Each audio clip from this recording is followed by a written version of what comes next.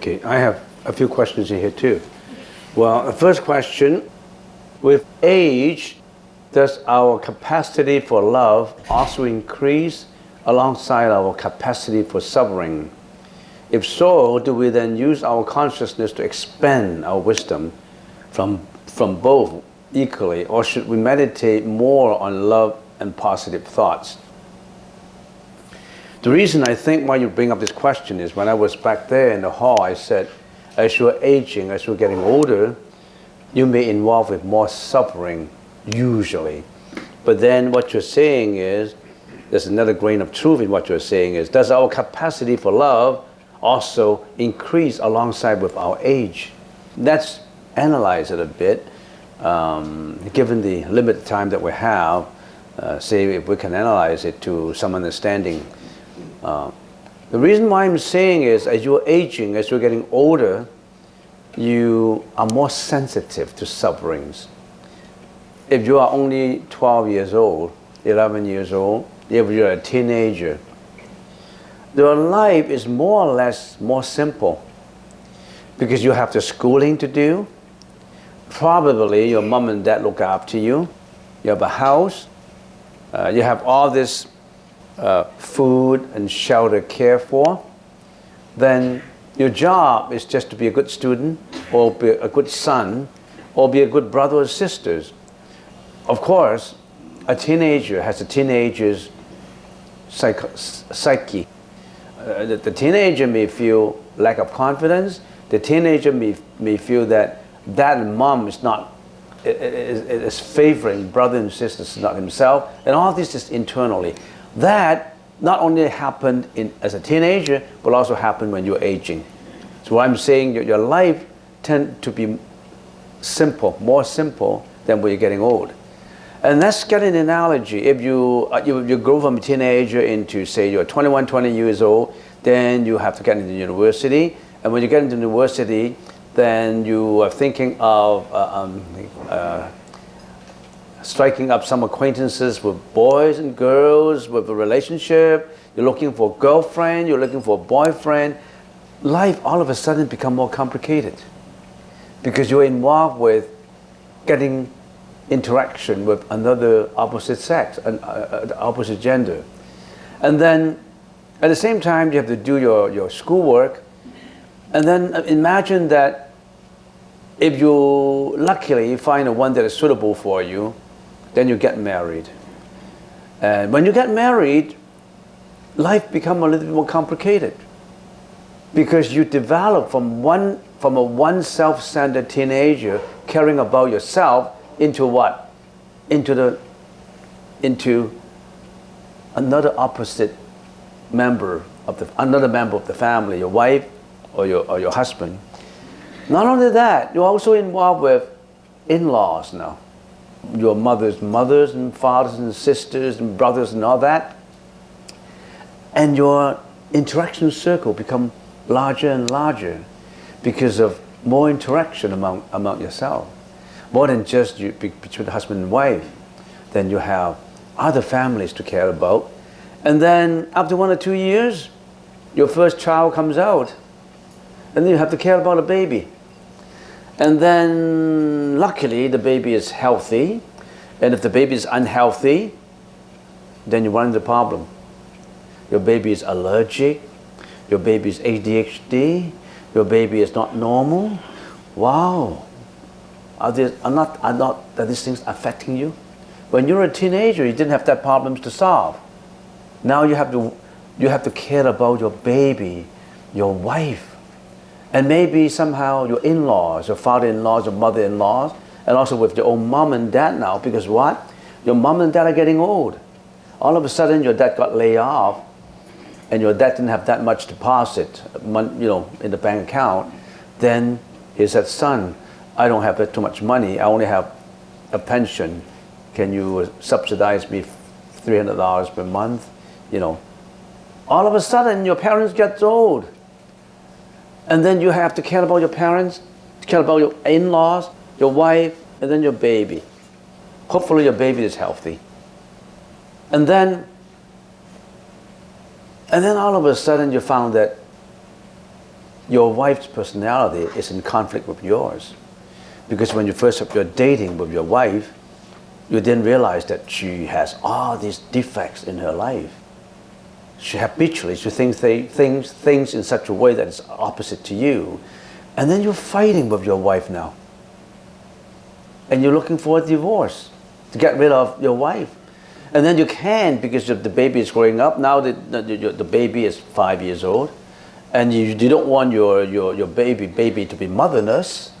So the baby binds the two parties together, even though the two parties are not happy. And then the baby grow up to be 18, and then you say, okay, now my baby is 18, then I can get a divorce. And then your daughter said, no, Mom, no, Dad, I don't want to leave Mom. I want you guys to stay together. And they're crying and all that. Isn't it enough for you? What happened when you were very young? You're only 12, you're only 13. You only care about your schoolwork. Now you care about for more members of the family. You care more about others now. You have more responsibilities now. That's what I mean. You have more sufferings now. You have more problems to resolve now. And then you tell me that with age, you increase your love. Yes, with age, you're aging more, you find that sometimes you are contemplating to yourself, I didn't know that my mom and dad loved me that much until I became a parent myself. I usually to rebuke my dad. I'm very rebellious. Everything they said, I won't listen to them. I'm a rebel. And I always wanted. Now I became a parent of my own children. I know that actually my dad loved me. So my dad for my love has increased. But then your dad is already in nursing home. It's too late. You can't show your love to your dad. You can only visit him or her. And then all of a sudden your mom died because of a sickness. Don't you have you ever listened to these things before? That's what I mean.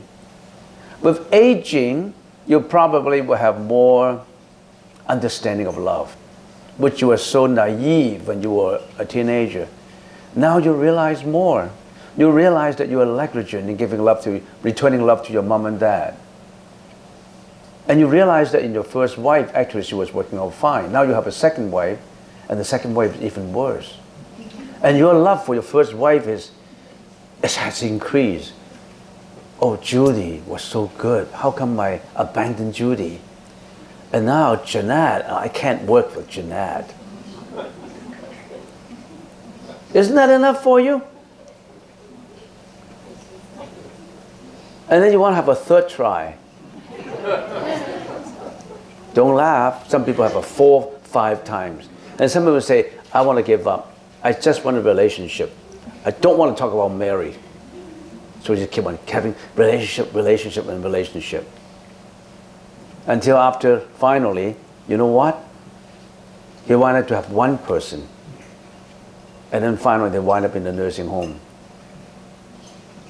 And then he had dementia. He didn't know what he was looking. He was just sitting in there,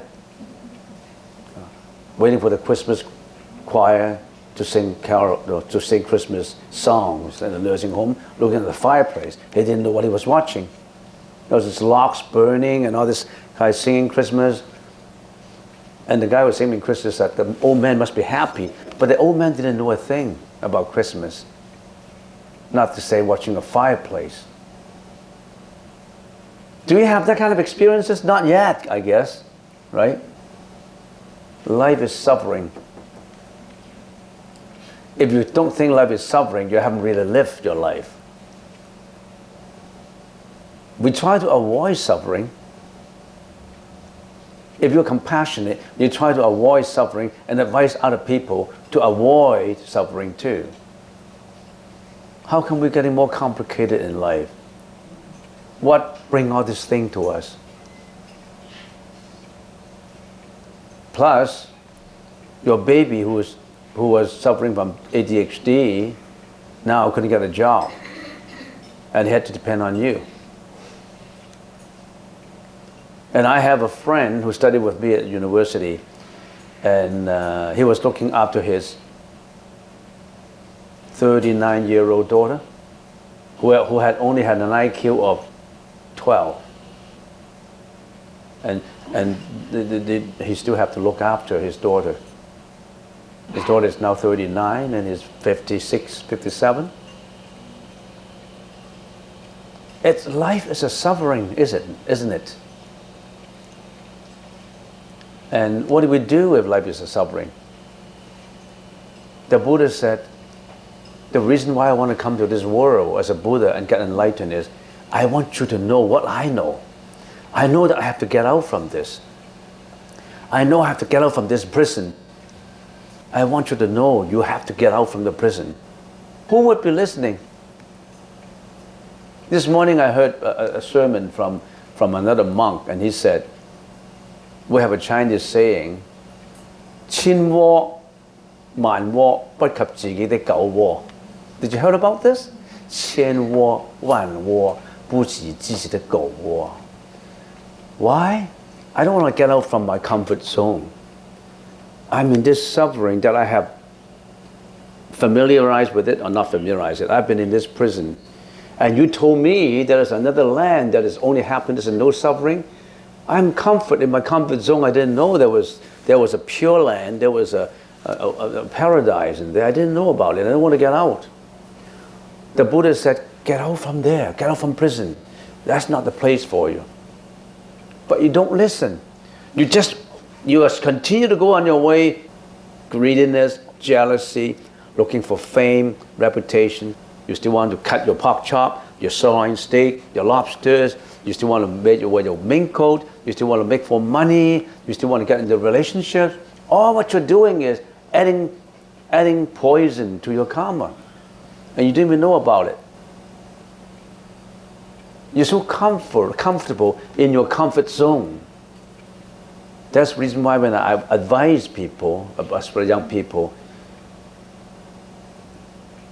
go into the monkhood, get away from this life, and become specializing in the enlightenment of getting away from prison. That's the life of a practitioner of the Buddhist teaching, because the rest is meaningless. But nobody believes it.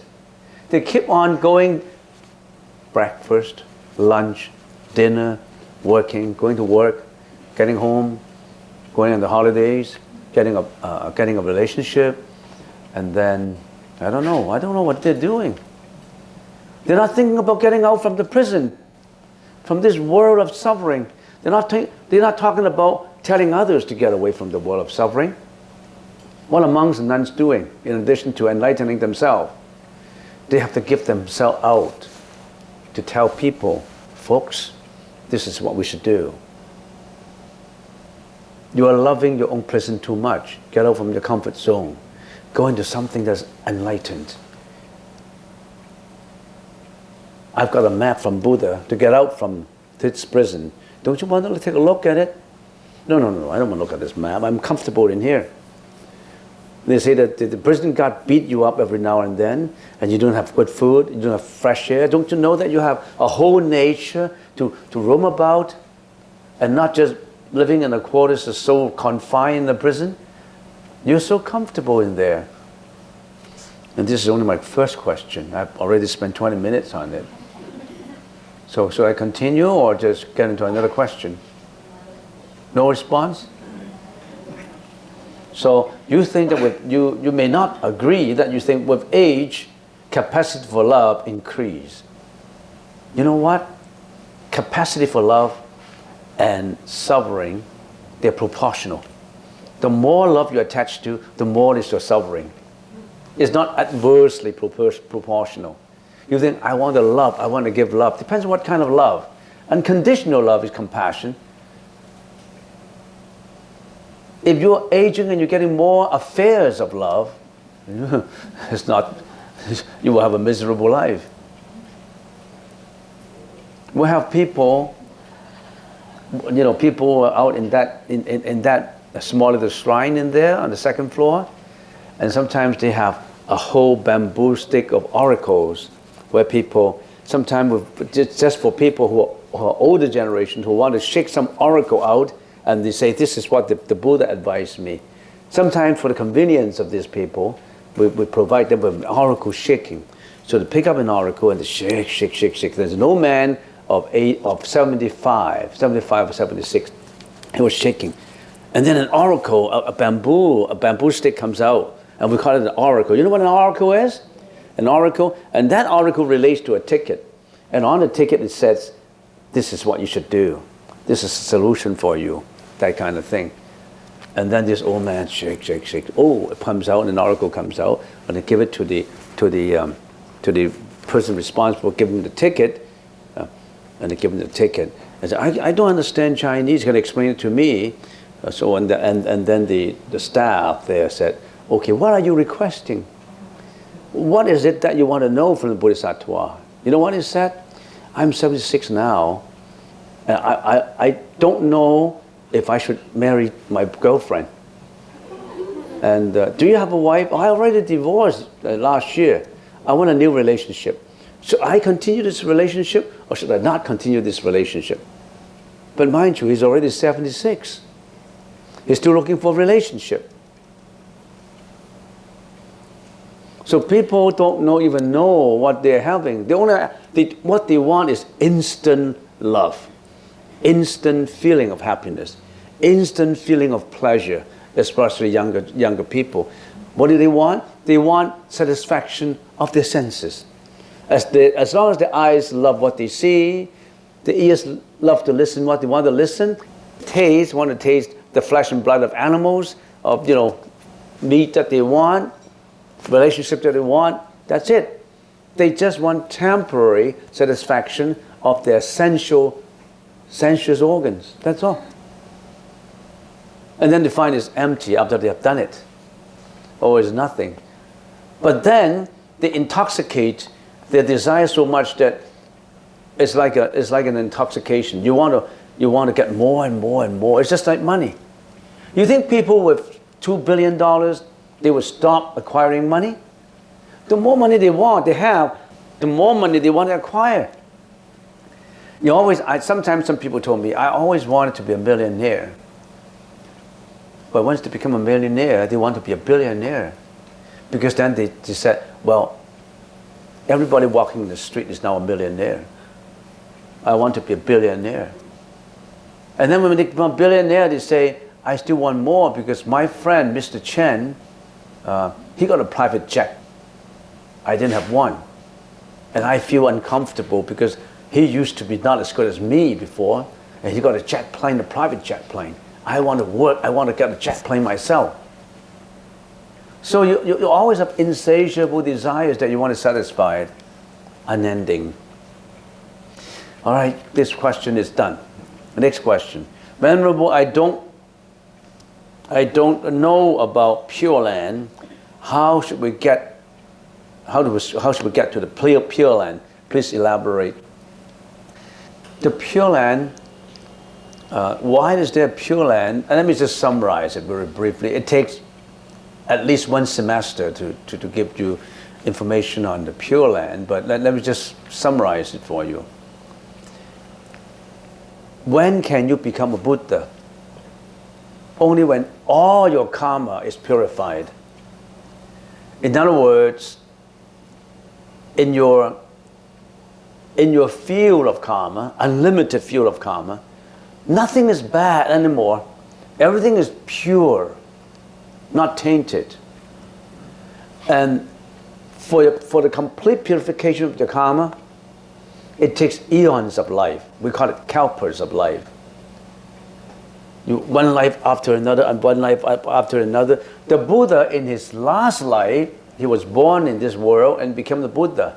That is a last life. And we call that ekajati bodhisattva. In the Chinese language, yi sheng bu chu pusa, ekajati bodhisattva. That means one more life, he became a Buddha. He's been practicing for millions of lives to purify his karma, Sakyamuni Buddha, the historical Buddha. And then it took him one last life to purify all this karma and became getting into nirvana. 2,600 years ago, there was a Siddhartha Gautama. He went through kalpas and billion years of practices and purification, and finally he's waiting for his last life to get purification. And it happened that he was born in India. He became a prince of India, Siddhartha Gautama, and then he became an ascetic, and he became enlightened after so many years of practice, and then he became the Buddha. That is his last life. Does that mean that he became a Buddha only in this life, accumulated all the energy in this life? No. He's been accumulating for many, many lifetimes. He's gone through many reincarnations, like you and me. He's gone through so many samsara until he become the last, akajati. One more lifetime to pick up Bodhisattva. Yishang Puchu Pusa. Okay. Now, he's gone through so many lives, and you think you and me in this lifetime, just by coming to a Richmond temple on Saturday morning, and you become a Buddha in this life? So I'm so conscientious. I went every morning to the Buddhist temple and meditate for half an hour, and then hopefully in this lifetime I will become a Buddha. You think you can be a Buddha after that? You didn't even concentrate when you're meditating. Somebody was leaning in this way. You know what they usually do? Somebody was doing this. When they're meditating, they're like this. They're sleeping. And usually it's an ugly scene. I've seen ugly scenes like that. You know what? Some people like that, and saliva coming out from here. Flowing in here. You know how why did they fall? Two ways they fall. One way is this way. The other way is this way. Seldom this way. Because your gravity tends to go towards that way. I did the same thing. I think in the year 2017, I fell 2 times. They know if I fell. The one time I fell is because I overworked myself in opening up some trails for morning walk in Bowen Island. I overworked myself. I was so tired that I actually bumped my head on the floor. The second time was when there was problem with the construction, then I bumped at the back. So back and forth. It's normal, so don't feel bad about it. I had it 2 times more than you. Like 2017, I had 2 hits, hitting the records. So yours, hopefully you only have this one time in 2018. No more. Would you think you can get enlightened by coming every Saturday morning onto a temple? You get enlightened? Extremely difficult. The Sakyamuni Buddha already knew that at the Dharma ending age, all sentient beings who are practicing the Buddha's nirvana way, usually they're not successful. Because the Buddha, why did he became a monk? You are not even a monk. The Buddha practiced 24 hours per day. And how many hours you practice? Maybe in minutes, 15 minutes per day. So it's very difficult to be a Buddha at this lifetime. So the Buddha, at one occasion, in Chetavana Grove, 2,600 years ago, at one occasion, suddenly, he said something that nobody understand at first. He said, to the west of this world, there was a pure land that you should go to. Nobody could initiate a question because they didn't know that there was a pure land to the west of this world. He said, to the west of this world, there was a Buddha now lecturing in there. And that's called a pure land. All those who died in here, if they have all the conditions ripened and mature, then they will go to that land after they die, and they become a student into that land and learn to become the Buddha. Difference is they won't retrogress back into reincarnation again. In other words, they go to that university where there's no more life and death, no more dying, until they become a Buddha. Because the Buddha will be teaching them, not me. You're waiting for me to teach you to become a Buddha? I'm not even a Buddha myself. I'm only showing a little bit of the map. I don't even have a full picture of the map. I can only tell you approximately what I know. By listening to me, I don't think you can become a Buddha. I can't even become a Buddha myself right now because I'm not up to that enlightenment stage yet. In other words, I have the map, but I'm still grouping my way to go out with you. Maybe I know a little bit more than you. And then the Buddha said, that's the land there that you can go to. And when can you go? When you leave this world. You have nothing to lose because you don't have a choice whether you want to leave this world or want to stay behind. You have a choice not to die. If you think that you have a choice not to die, raise your hand. Yeah, I don't have to die. Raise your hand. You have to die anyway. So why would you go after you die? Some people say, when I die, I don't really care. I don't even know. We all know. You roll into the next life of reincarnation. Would it be a better life than this? Usually worse off than this. You think you suffer enough? Could be in your next you suffer more. Usually the case. So the Buddha said there's a pure land that you should go to. You got to go there. Don't roll into the next life or reincarnation again, do the same suffering. But going to that life, to that pure land, there are certain conditions because everything works on causality. There must be some admission requirements, right? You want to go to Latin, you want to go to UBC, you think you can just get into UBC, I want to register as a student. Do you think they will accept you? Are you qualified for it? You can build up your own qualifications, build up your own admissions requirements. And there are certain sutras spoken by the Buddha that these are the requirements for you to go to the Pure Land. Follow this and you'll get to the requirements to there. Have you studied that sutra? Or do you really care? I'll be after this consciousness, which I will finish in 5 or at the most 5 or 6 sessions. I will get into the Pure Land approach of Buddhism. Then you will know more about how to get to the Pure Land. I hope the person who is asking these questions, when I'm talking on introducing the Pure Land approach, you'll come and listen. Not just asking questions. Next, what is the Pure Land approach? I just explained it. What are the ways to get us out of samsara? Pure Land approach. Then you ask the question, then why do I have to learn meditation? Meditation will help you resolve problems of this life that you will be encountering.